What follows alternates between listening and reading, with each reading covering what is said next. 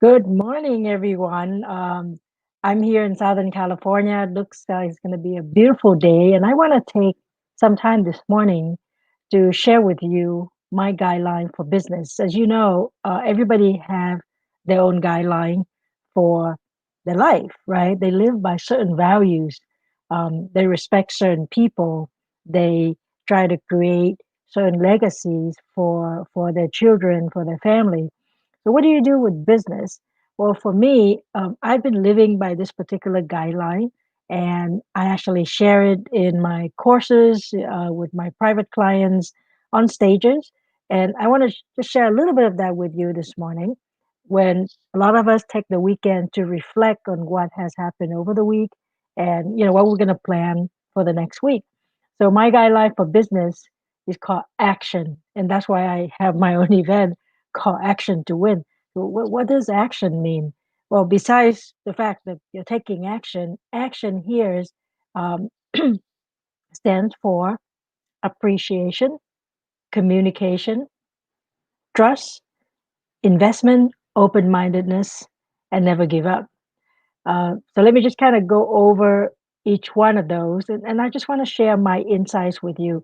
So appreciation, a lot of time we run a business, we could have a virtual assistant, we could have regular, real people, assistant, um, people who help us achieve our goal every day. And just leave family aside for a moment. So people who help us achieve our goal every day, they could be the one running the front office. They could be the one that are right next to us, knee to knee, doing certain projects. They could be the one that we're talking on a Zoom conference or maybe on the phone that we share challenges, we share frustration with. How do we show appreciation to these individuals? And I'm not talking about, what I take them out to lunch because everybody do that, right? Once in a while, you take them out to lunch. Maybe you recognize their birthday. I want you to go one step beyond. You learn what's important to them. And when you show the appreciation, include those people in there with you. If somebody is being really nice, being real patient, I may say something like, you know what, thank you, Susie, for being so patient to this particular patient customer. Um, I'm sure your patience goes a long way with in your family because given that you have those wonderful children, they must really appreciate your patience, right? I'm just giving this as an example, but think of what mattered to that person and try to include those people when you show the appreciation. When I have a Christmas dinner for my staff, I always invite the family, the immediate family, the spouse, the children, and then I buy gifts for those individuals because when the person show up to work and they're putting up with you, right? And then sometimes they go home, they take it out on the family, or they're going to complain to the spouse about the job. So that's why you want to appreciate the people who support their journey. I remember when we graduate from dental school, which of course was quite a while ago. One of the things that we do during the ceremony is we ask each of the family when they read off the name of the graduate, they ask the family to stand up, and then the whole auditorium gave us a round of applause. We applauding the graduate, and we applauding the family who's behind the graduate through those 4 years of really putting in a lot of effort and try to do, try to put up with that with that student, with that graduate, so they go through this difficult journey to become a professional. So appreciation, think about not just appreciating that person, but appreciating the people who are important to that person, and try to remember to do it daily. To find a little thing. It could be, um, you know what? Let me just buy lunch for you. But you do it in an unexpected way, and it will be even much more appreciated because what that means is they know you're paying attention, right? So appreciation. Communication is such a big skill that sometimes some of us, when we go to school, we learn the craft, but we don't really learn the psychology on how to talk to people, how to convey our emotions if we're frustrated. Sometimes we don't know how to show our frustration without scaring a lot of people.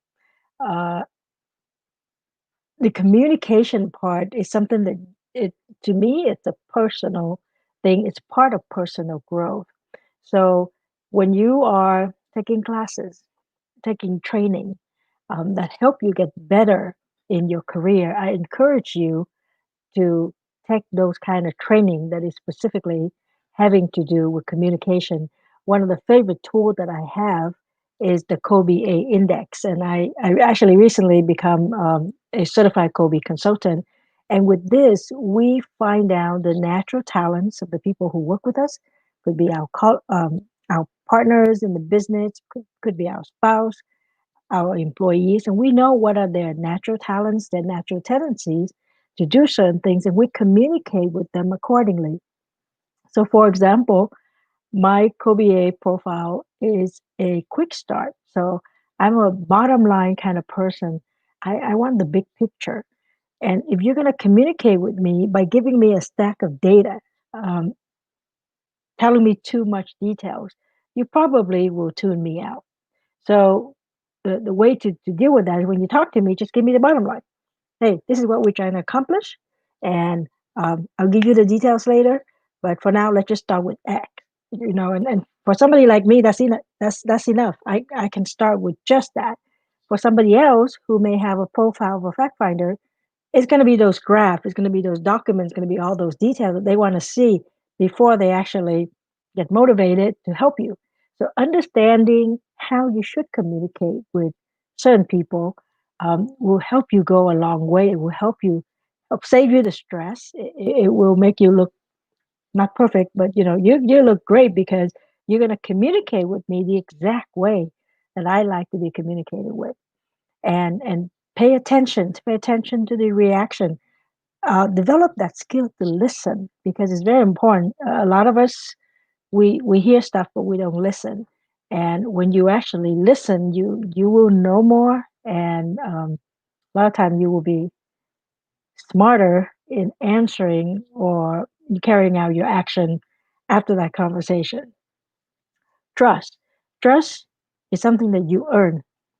In an Asian culture, trust and respect sort of go together when you're an older person. But that's a cultural thing.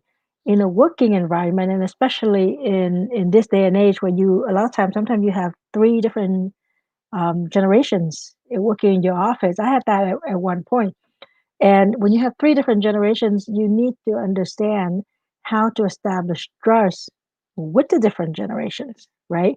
The older generation trust could be from your credentials, right? Which school did you go to? You know, was it a good school? Or, I've never heard of your school before. Um, they may be looking at a lot of your reputation.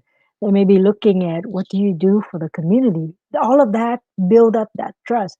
The younger generation, a lot of time it's about a cause. It's about a movement. Um, if your work has anything along that line, they will tend to align with you and they will tend to trust you more. So understanding which generation, what's more important to which generation is one way to build trust fast. Now, obviously, in order to build trust, you have to have competence in whatever you do, and you need to know how to communicate, and you need to show that you're credible, and you need to have social proof and all that. But I'm talking about trust as in if you were to meet somebody, to talk to somebody, you're trying to get that from your customers, your patients, your clients, or from your staff, then that's where that trust come in. You also want to trust yourself. And when I say trust yourself, I mean trust what you've done, and sometimes don't be so hard on yourself because some people are just real hard on themselves, and there's nothing wrong with that. I think it's a good thing, but if you are so hard on yourself that you are paralyzed by analysis, that you always question, should I do this? Should I do that? Well, I invite you to think back maybe 5 years, 10 years before. Did you have a similar situation? Did you have to deal with something that is sort of similar. It's not exactly the same. And what kind of skills, what kind of knowledge do you have? How did you overcome that? And can you take that and apply it to the current situation? So, revisiting your past experience, going back to basics is one of my favorite lines. Just go back to the basics. Whatever new situation, just go back to the basics first. See how much of this situation can your basic skills, your basic experience solve. And then you need to go look for help, right?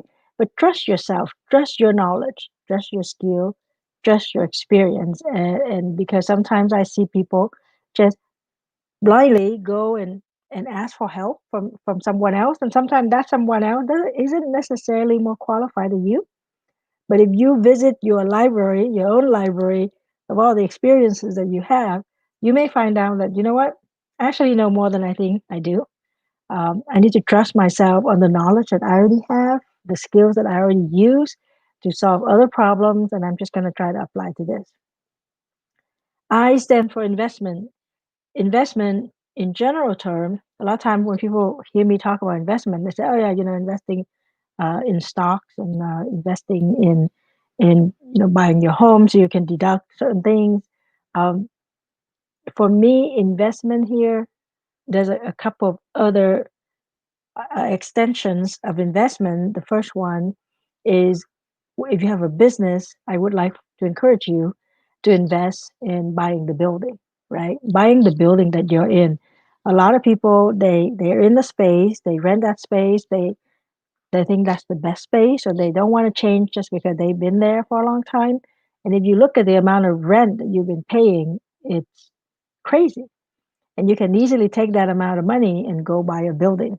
And I'm not saying without doing any research, just go buy a building. You calculate, you look at, okay, in this, for example, if you're in a professional building or in a business complex and you get referrals from people around there and it's worth paying that rent, then maybe stay there because basically your rent is paid for by all that free marketing of you being in that complex.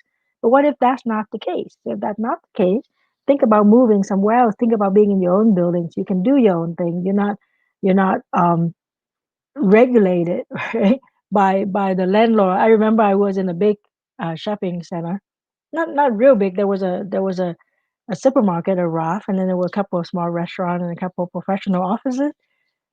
But technically, anytime the landlord does anything, obviously the cost is passed on to us. Uh, they'll go and they'll just resurface a little part of the parking lot, and you see that reflected in your rent 1 month.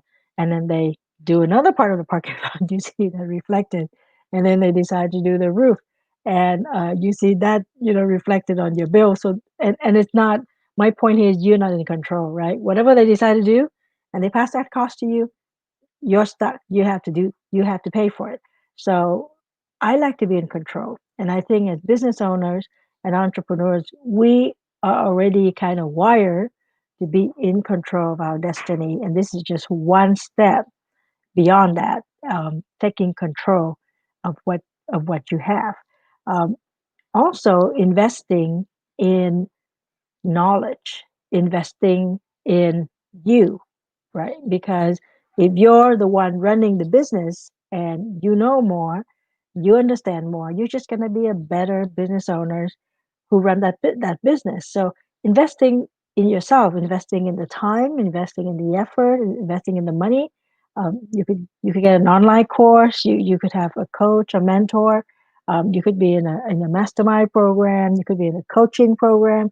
There's so many ways to invest in yourself, and you don't have to figure things out by yourself, which is a lot of time that's a deterrent for people because they want to do something new, try something out, and then but they say, well, I don't know how to do it.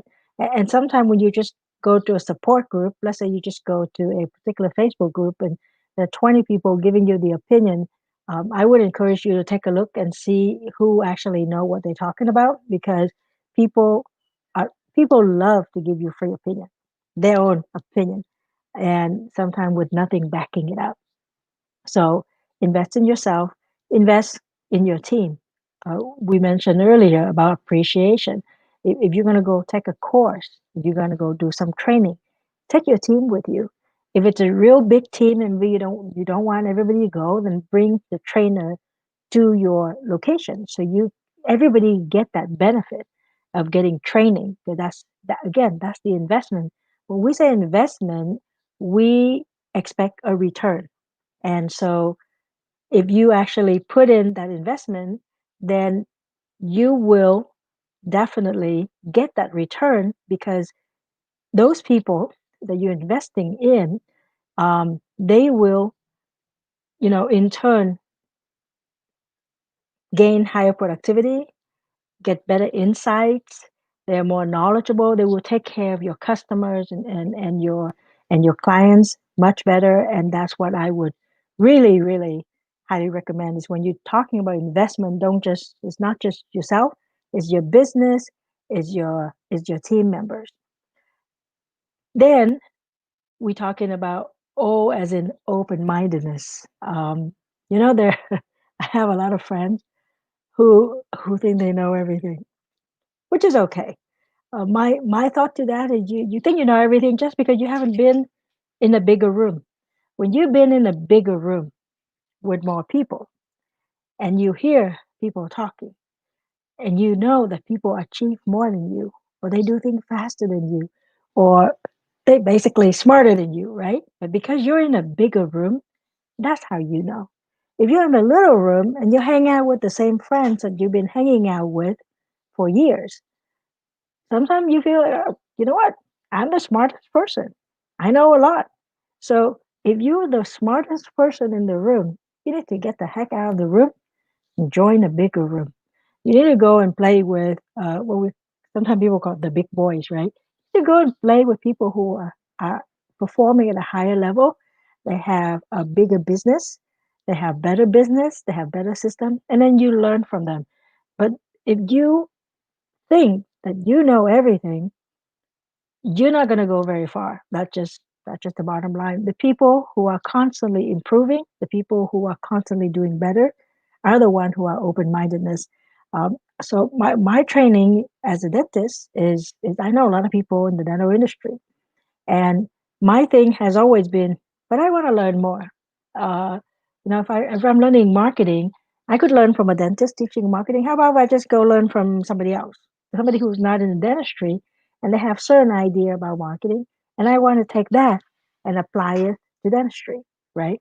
Um, Business skills, same thing.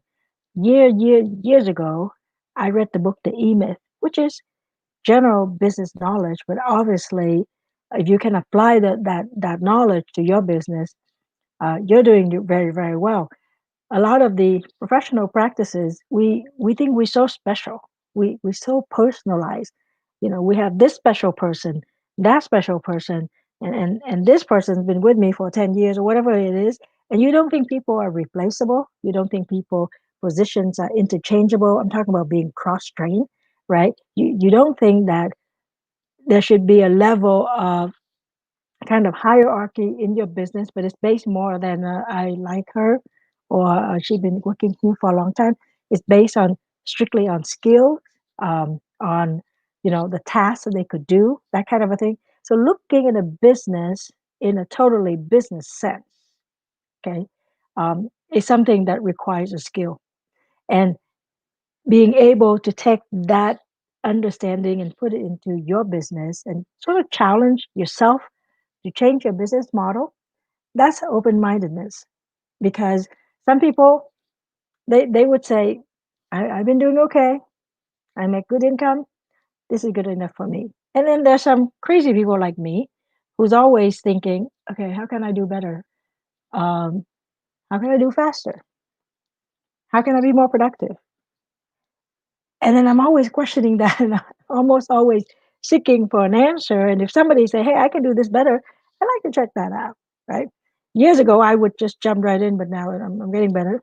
I take my time because I know I'm a quick start. I'm going to jump right in, and that has helped me tremendously. But open mindedness is something that I am blessed to have. Just I think it's just my personality.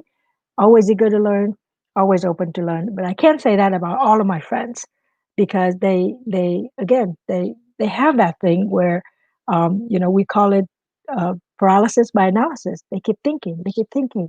They don't think it's right. They think it's too risky. And even when they can see me, one of my best buddy, it took me, I think, 3 years to convince her to work with this particular consultant.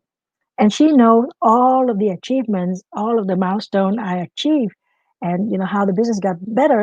And we best friends from dental school, and still she would not pull the trigger. She just could not do it. And a lot of time, and part of it is because she's not open minded, right? She thinks, you know what, it's safer this way. I've been doing it this way. I don't want to try. Last but not least, N is never give up. Never give up here means being persistent, means resilience. And sometimes people will say, it's too hard. I don't know how to do this. I'm not sure how to go on. My advice there is that means you need somebody to help you, right? Nobody knows everything. Not, I mean, I know my mentor, she knows pretty much everything, but I don't think a lot of people know everything. So having a mentor, having a coach, having a consultant, have a trusted friend who does better than you in whatever it is that you're seeking advice, have that, the never give up is before you actually say I give up and I throw in the towel. Seek out those expert opinions. Seek out those counsels. Again, forget the the the free advice, right? Seek out the expert opinion. You may have to pay for the expert opinion. You have to pay for the guidance. But when you are armed with that, and then you have you're determined that you're not going to give up. You're not going to just throw everything away. You're better than whatever you think you are, the message you're in right now. Then you will tend not to give up easily. And I share my story. I think really all over the world is my story of coming to the United States as a refugee. How I learned English, and always pushing myself because I knew that knowledge, education was and still is my key to continued success. And so I dedicate my time there. Have there been challenges? Absolutely. Um, I still remember sitting around in dental school. I think it was the second year, and there was a bunch of us, maybe 10 of us, sitting in a circle, and we were all trying to figure out what should we do. What would we do if we drop out of dental school right now? Because going from first year to second year and all of a sudden you have 13 finals in a week, it was a little bit overwhelming, and that doesn't count all the lab work that you still have to do. And so it's easy when you're facing such a big task in the very first time. You tell yourself, you know what, I can't do this. It's easier if I just leave. Now imagine going through that, and now if I'm going to any college, and if they tell me, okay, you're gonna have so many tests in a week, I would probably think, oh, you know what, I've done that before. And so it's gonna be much harder for me to give up. The first time it happened, yes, I may be doubting myself, but once I overcome that, um, I have more confidence. The key though is to not allow yourself to have the easy out way, right? Always ask yourself, do I know enough? If I don't know enough, can I learn some more so I will not give up in this situation? And I think there's so many times in my life that that thought, that conviction has saved me from doing something dumb, uh, something that is, well, not smart. So never give up to me is one of the keys to success. So there we go. I just share with you action in my event, Action to Win. Action actually stands for appreciation, communication, trust, investment, uh, open mindedness, and never give up. And with that, I I invite you to take some time to reflect. Maybe if you think about action, maybe think, have you been doing some of that? Because again, these are just my personal things that I do, and that's how I've grown my businesses for the past, it's going to go on, it's almost 28 years, and how I can grow multiple businesses, which I started about 5 years ago, doing the coaching and the speaking and the consulting, um, and enjoying time with the family because obviously I'm the best mom in the world. and think about how much of action that you have been doing. Um, can you implement or integrate some of that into your business? And and it's okay if you haven't been doing that. There's always tomorrow. There's always Monday.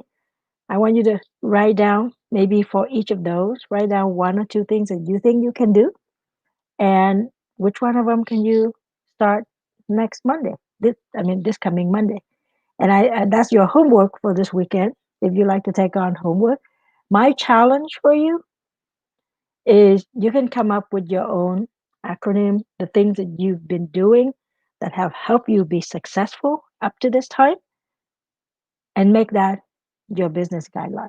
Because all of us have our life guidance, the rules, the values that we follow. Make it the same for the business. If you think you're a successful person, you're somebody that your family love, your community love, you're a popular person.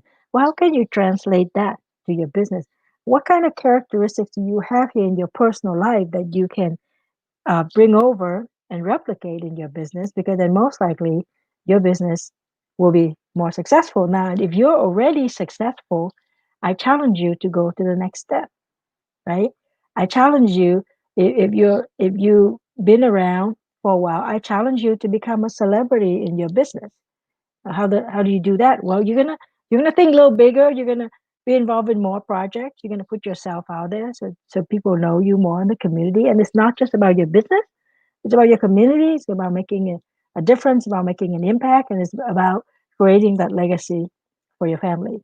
So I hope everybody's going to have a wonderful, wonderful weekend, enjoying time with the family. I am actually going to go to a niece birthday party in a little bit. So I'm excited about that. And take some time to reflect, and hope you have a wonderful, wonderful weekend with your family.